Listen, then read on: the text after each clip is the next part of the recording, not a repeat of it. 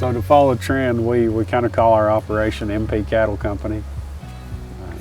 We started actually just while we were in college, and we've kind of made a couple of moves since then and built a better herd, and we've grown a lot in the last year. We're a cow-calf producer, so we supply calves at a kind of a mid-range weight to the next sector of ag.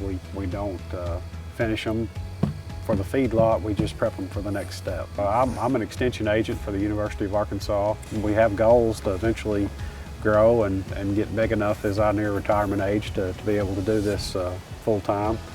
It just takes time and a lot of capital to do that. So.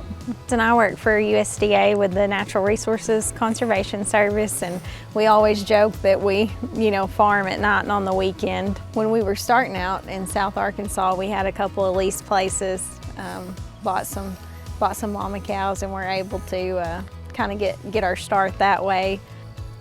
They're a really big help on the farm. They help us work cattle. Tell him about when we get the cows up and work them. Do you like that part? I love it. You love that part? What all jobs do y'all, some of the jobs you do? What'd y'all do this time for all the calves? I helped ear tag them and reload some of the guns and stuff like that. And I get them off the chute. That's right. First-rate chute puncher right here.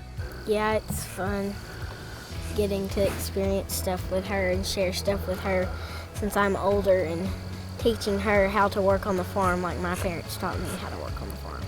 Maddie is a good helper, and she is a good teacher.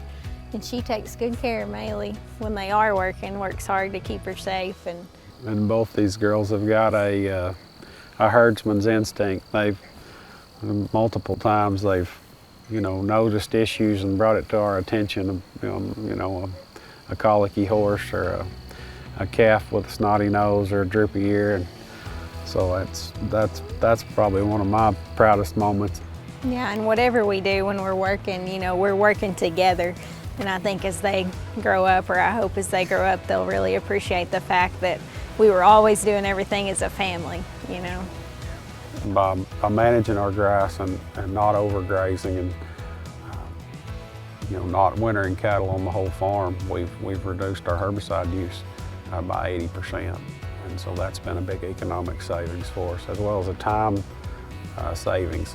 As we talked about, a lot of times we may not see these cattle in the daylight for weeks at a time, maybe on the weekends and stuff. But so it's been a real, it's a multifaceted program. There's not a magic pill. There's a combination of management techniques that have made us successful. And we're trying to diversify and get bigger than just the cow-calf sector right now. It's going to be, potentially feeding some calves, finishing some calves. Hay production is more likely in our future, as maybe it's just to self-sustain what we have, but our numbers, we've got the potential to double in size in the next year or two, and that's a big deal for us. And so, kind of hitting some goals we wrote down a few years ago, and that feels really good. It's just something us together had always dreamed about, having our own cattle operation. I grew up on a cow-calf operation, and we're just really proud to be kind of living the dream, so to speak, what we always wanted to do.